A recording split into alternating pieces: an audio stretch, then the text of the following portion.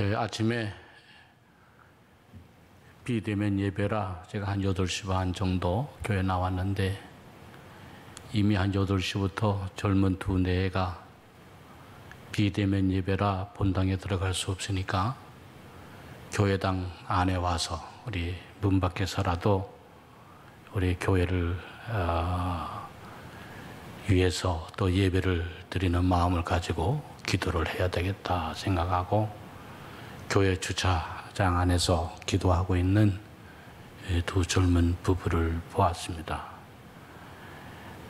간절한 마음으로 성전 예배를 사모하고 주님 앞에 간절한 마음으로 기도하는 그 성도들의 그 귀한 모습을 보면서 제 마음속에 참으로 참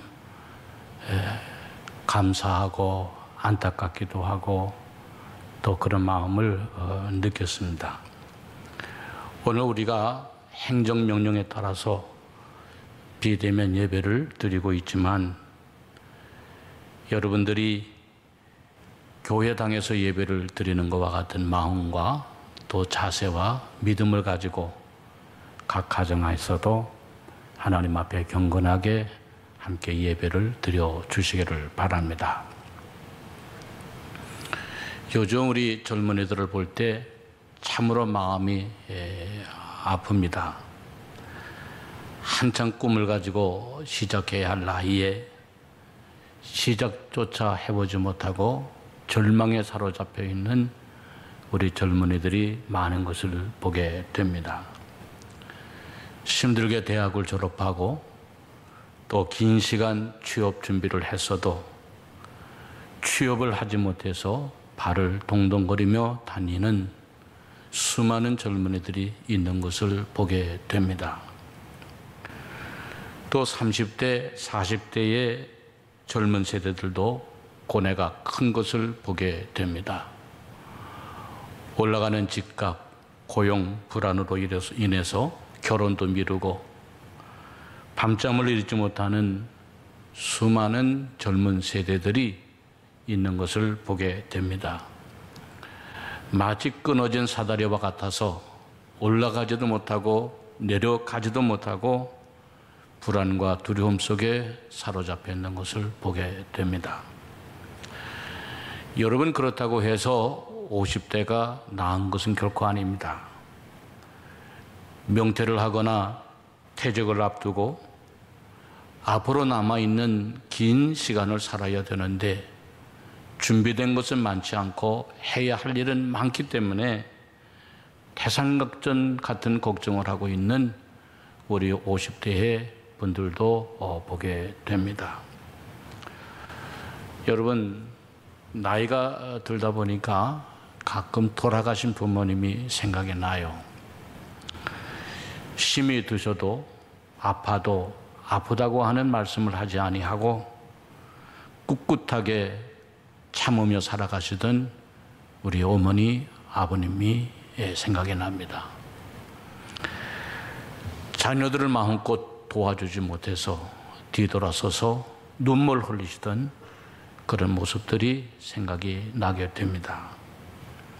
여러분, 어려운 시대에 우리들이 어떻게 살아가야 될까? 이 어려운 시대에 우리들은 그렇다 할지라도 자손들이, 자녀들이, 젊은이들이 어떻게 살아야 되어질까? 참으로 어렵고도 큰 문제가 아닐 수가 없습니다. 이제 오늘 성경 본문의 말씀을 보면 모세의 유언의 말씀입니다. 모세의 마지막 고별 설교입니다. 이스라엘 백성들을 애굽으로부터 인도하여 낸 모세가 이제는 120살이 되어서 자신의 생명이 얼마 남지 않은 것을 느끼고 있었습니다. 그리고 자기 자신은 그토록 원하던 가나안 땅에 들어갈 수 없음을 이미 알고 있었습니다. 그래서 사랑하는 동족들에게 마지막으로 유언과 같은 말씀을, 나는 비록 가나안에 들어갈 수 없지만, 나는 비록 이 세상을 떠나가지만 내가 살아온 경험에 비춰서 너희는 이렇게 살아라 라고 하는 것이 오늘 성경 본문의 말씀입니다. 7절에 보니까 옛날을 기억하라, 역대의 연대를 생각하라 그랬습니다.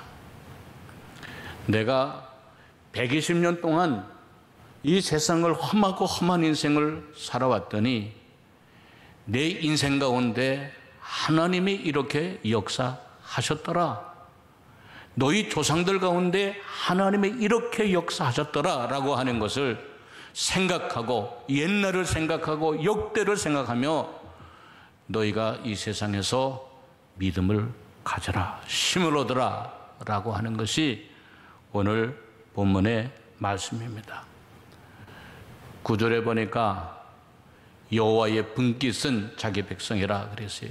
여호와의 분깃이라고 하는 뭘까?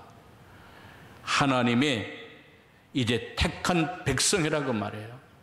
하나님께서는 하나님의 택한 백성들을 이렇게 인도하여 주심을 너희가 기억하고 힘을 얻어라, 용기를 가져라, 담대하게 살라고 하는 것이 오늘 본문의 말씀입니다.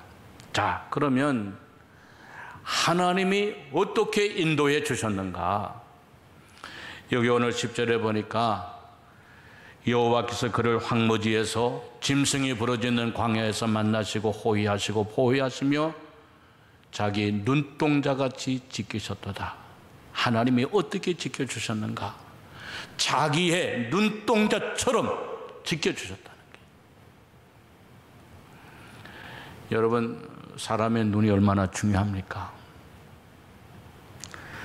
눈에는 약 30만 개의 회로가 있다 합니다. 그리고 눈 주위에는 1억 개의 신경세포가 있다고 합니다. 이것을 지키기 위해서 하루에도 수없이 눈꺼풀이 감기고 뜨면서 눈동자를 보호합니다. 하루에 몇 번이나 눈꺼풀이 감길까 알아봤더니 1분에 10번을 감겼다 떴다 그런데요. 그러면 하루를 계산해 보니까 10,000번을 눈꺼풀이 떴다 감겼다 하면서 눈을 보호한다는 겁니다. 여러분, 하나님께서 하나님의 택하신 백성들을 어떻게 보호하여 주시는가? 자기의 눈동자와 같이 보호하여 주신다. 셀 수 없이 눈꺼풀을 떴다 감았다 하면서 순간순간마다 지키시고 보호하는 것처럼 하나님은 하나님의 분깃된 백성들을 그와 같이 보호하여 주신다는 게. 여러분, 살아온 지난 세월들 먹는 거, 마시는 거, 입는 거, 살아온 거, 숨 쉬는 거 다 그냥 저절로 되어진 것 같아도 돌이켜보면 하나님의 은혜가, 하나님의 돌보심이 아니었던 것이 하나도 없는 것을 깨닫게 되어진다는 게. 태어나자마자 물에 던져져서 죽어야 했을 자신이 바로의 공주의 아들이 된 것, 바로의 궁정에서 자라나며 최고의 교육을 받은 것, 원치 않는 동족을 죽여 살인자가 되어 광야로 스스로 들어갔던 것, 40년 동안 광야에 살면서 앞으로 이스라엘 백성들을 광야로 이끌어 내어 거기 살기 위하여 미리 훈련받게 하여 주신 것, 광야 가운데 하나님께서 부름받게 하여 주신 것, 바로에게가 10가지의 재앙을 내려 이스라엘 민족을 출애굽시키게 하여 주신 것, 먹을 것이 없는 광야로 들어가 40년 동안 먹고 마시며 살게 하여 주신 것, 이제는 가나안 땅을 바라보면서 내 후손들이, 내 동족들이 저 땅에 들어갈 것을 바라보게 하여 주시는 것, 이 모든 것들이 하나님의 인도하심과 하나님의 보호하심과 하나님이 지켜주심 때문이었다라고 하는 것입니다. 그런데 여러분, 이러한 은혜가 내게만 있는 것이 아니라 하나님의 백성된 여러분들에게, 주님의 분깃된 여러분들에게, 하나님의 택하신 여러분들에게도 이러한 은혜가 여러분들에게도 함께하여 주신다는 거예요. 사랑하는 성도 여러분, 코로나19로 지치고 피곤하고 매일같이 들려지는 얘기가 어렵고 부정적인 얘기 들려오지만 힘을 내시기를 바랍니다. 비록 지금 힘이 들어도 과거에 함께하여 주신 하나님, 나를 지키시고 보호하시고 호위하시고 인도하여 주신 그 하나님이 오늘도 여러분들과 함께하여 주신다는 것을 믿으시기를 주의 이름으로 축원합니다. 둘째로, 하나님이 어떻게 나를 인도해 주셨는가? 하나님은 사랑으로 나를 연단시켜 주셨다는 거예요. 본문 11절 12절에 보니 마치 독수리가 자기의 보금자리를 어지럽게 하며 자기의 새끼 위에 너풀거리며 그의 날개를 펴서 새끼를 받으며 그의 날개 위에 그것을 엎는 것 같이 여호와께서 홀로 그를 인도하셨고 그와 함께한 다른 신이 없었도다 그랬어요. 여러분, 독수리는 아무도 쉽게 접근할 수 없는 낭떠러지나 절벽의 틈에 둥지를 틉니다. 그 절벽 사이에 낭떠러지 틈에 이제는 나무가지를 갖고 얼기설기 슬키고 자신의 깃털을 뽑고 부드러운 풀들을 모아다가 둥지를 만들어요. 거기에다 새끼를 낳고 부화를 시키고 새끼를 키웁니다. 새끼 독수리는 어미 독수리가 날아다 준 푹신푹신한 둥지에서 그 먹이를 받아 먹으며 자라납니다. 그러던 어느 날 사랑으로 돌봐주던 어미 독수리가 날개를 퍼덕이며 보금자리를 흐트러 버립니다. 둥지 안에 있는 새끼를 괴롭힙니다. 새끼를 끌어내기 위해서 푹신푹신한 깃털을 날려버립니다. 그러면 가시만 남게 되면 새끼가 나옵니다. 가시에 찔리지 않으려고 발버둥이는 새끼를 발로 밀어내버립니다. 새끼 독수리는 견디다 못해 기어나오다가 절벽으로 떨어집니다. 새끼 독수리는 날개의 짓을 해보지만 한 번도 날아보지 못한 새끼이기 때문에 그냥 곤두박질 쳐서 절벽 아래로 떨어집니다. 그 새끼 독수리가 땅에 떨어질 즈음에, 바위에 부딪힐 즈음에 어미 독수리는 선살같이 날려와서 날개를 펴고 떨어지는 새끼 독수리를 자기 날개 위에 엎습니다. 그리고 다시 어미 독수리는 하늘을 향하여 날아가서 그 높은 공중에서 새끼 독수리를 또다시 떨어뜨립니다. 떨어지는 새끼 독수리를 향하여 손살같이 달려온 날개를 펴고 날개 위에 떨어지는 새끼를 받습니다. 이렇게 하는 사이에 새끼 독수리는 날개에 힘을 얻게 되고 하늘을 나는 새 왕자로 자라나게 되어진다는 겁니다. 바로 하나님께서 우리를 그렇게 인도하여 주셨다는 거예요. 실제로 하나님은 아무것도 없는 그곳으로 이스라엘 백성들을 몰아넣었습니다. 먹을 것도 없고 마실 것도 없고 입을 것도 없는 광야이었습니다. 그 안에 하나님은 40년 동안이나 몰아넣어 살게 하셨어요. 왜 그러셨을까? 그것은 하나님이 택하신 백성이었기 때문에, 하나님의 사랑하는 백성이었기 때문에, 오직 그 백성이 하나님만을 의지하고 하나님의 구원을 이루어갈 거룩한 구원의 씨로 삼기 위해서 하나님은 이스라엘 백성들을 그렇게 사랑으로 연단하여 주셨다는 것입니다. 세 번째로, 하나님은 어떻게 인도해 주셨는가? 모세가 돌이켜보니까 가장 좋은 곳으로 하나님은 인도해 주셨다고 하는 겁니다. 14절에 보니까 여호와께서 그가 땅의 높은 곳을 타고 다니게 하시며 밭의 소산을 먹게 하시며 반석에서 꿀을 굳은 반석에서 기름을 빨게 하시며 소의 엉긴 젖과 양의 젖과 어린 양의 기름과 바산에서 난 수양과 염소와 지극히 아름다운 밀을 먹이시며 또 포도즙에 붉은 술을 마시게 하셨도다 그랬어요. 자, 여러분, 이것을 현대인을 위한 성경으로 보면 아주 쉽게 번역을 했어요. 여호와께서 기름진 고운을 그들에게 주셔서 그들이 밭의 농산물을 먹게 하시고 바위에서 꿀을 빨게 하시며 단단한 바위에서 기름을 얻게 하셨다. 그가 우유와 고기를 주시고 살찐 양과 염소와 좋은 밀을 먹게 하시며 맛있는 포도주를 마시게 하셨다라고 번역을 했어요. 여러분, 하나님은 높은 땅에서도 기름진 곡식을 얻게 하여 주시고 바위에서 꿀을 빨게 하여 주시고 굳은 반석에서 기름을 얻게 하여 주셨다. 항상 하나님은 생각하지 못한 방법으로 생각하지 못한 일들을 역사하여 주셨던 하나님이시라는 거예요. 1887년 10월에 세계에서 기록될 만한 미국 시카고의 대화재가 발생이 됐어요.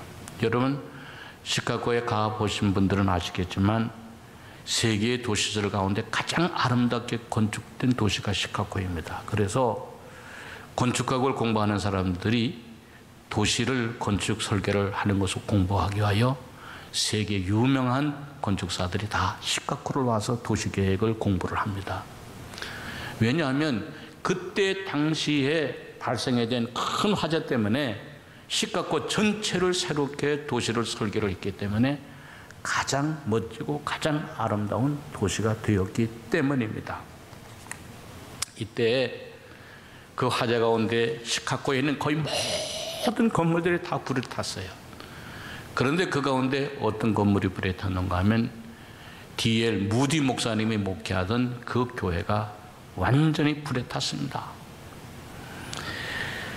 그 광경을 바라보고 있던 무디 목사에게, 교회가 불이 타는 광경을 바라보고 있는 무디 목사에게 곁에 있던 한 사람이 물어보았습니다.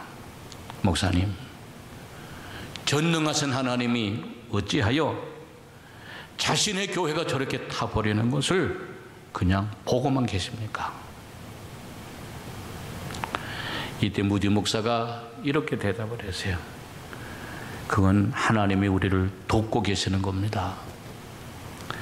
우리는 저기에 더 크고 아름답고 웅장한 예배당을 지으려고 하는 계획을 가지고 있었는데, 그렇게 하기 위해서는 낡은 예배당을 헐어내야 되는데 하나님께서 돈 들이지 않고 예배당을 헐어 우리에게 돕고 계시는 겁니다.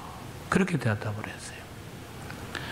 그 말을 들었던 그 사람이 다시금 어떠는 듯이 물었습니다. 목사님, 그러면 교회당을 건축할 수 있는 돈이 준비되어 있습니까? 그랬더니 무디가 이렇게 대답했어요.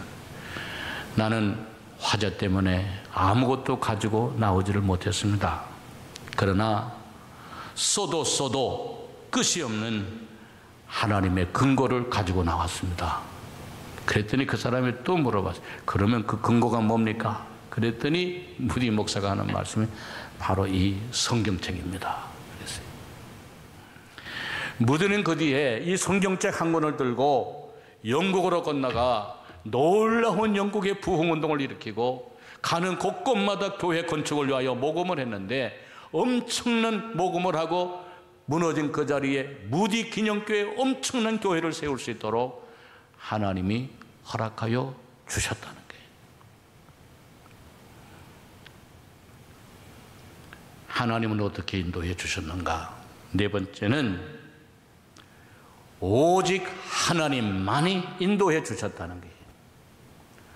12절에 보니 여호와께서 홀로 그를 인도하셨고 그와 함께한 다른 신은 없었도다 그랬어요. 여러분 생각해 살아온 세월들 돌아보면 수많은 사람, 수많은 일들 만났잖아요.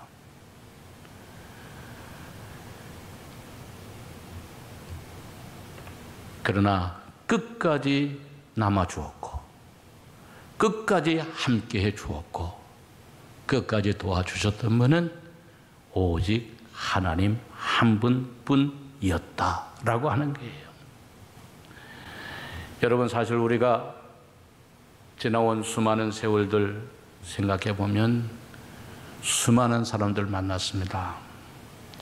한때는 없어서는 못 살 것 같고, 저 사람만은 절대로 변하지 않을 것 같고, 저 사람은 끝까지 나와 함께 있어줄 것 같았어도 결국에는 혼자라고 하는 사실을 우리는 알게 됩니다.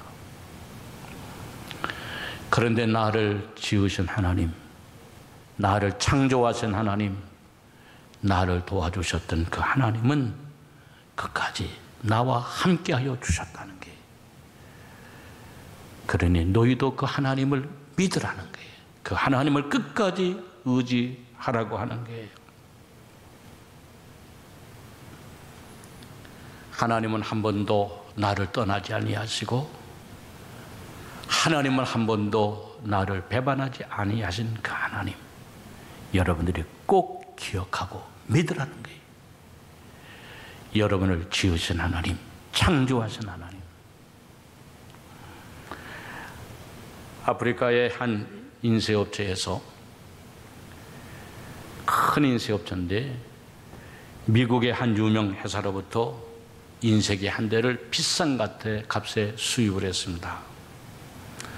그러나 얼마가 되지 않아서 그 인쇄기에 문제가 생겼는지 작동이 되질 않았어요. 그래서 판매한 업체에게 문의를 해서 고쳐보려고 했지만 쉽게 고쳐지지가 않았어요.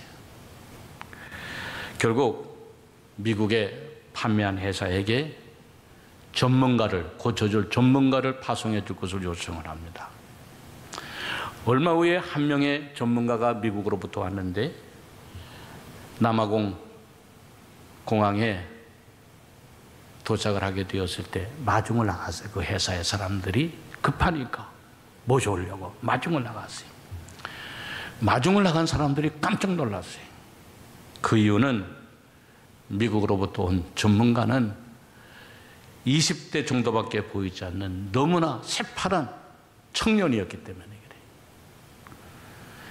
현지인들이 고민에 빠졌어요. 이 사람이 어떻게 고칠 수 있을까? 그리고 돌아오자마자 이제는 미국의 본사에 다시금 팩스로 전문을 보냈습니다. 우리는 지금 시간이 없으니 노련한 전문가를 우리에게 파송해서 빨리 고쳐 주어야지만 된다. 그랬더니 곧바로 팩스가 회신이 왔어요. 그 팩스는 단 3줄의 답신이었습니다. 그 젊은이가 바로 그 기계를 설계한 장본인입니다. 둘째, 그 기계는 제일 잘 고칠 수 있는 사람이 바로 그 사람입니다. 셋째, 그 사람의 지시에 절대적으로 따르고 지시에 복종하십시오. 3줄이에요.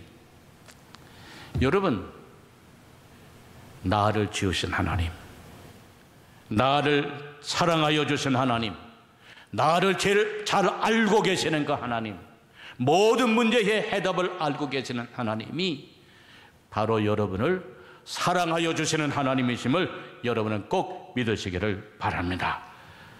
사랑하는 성도 여러분, 이 시대를 살아가는 게 얼마나 어렵습니까?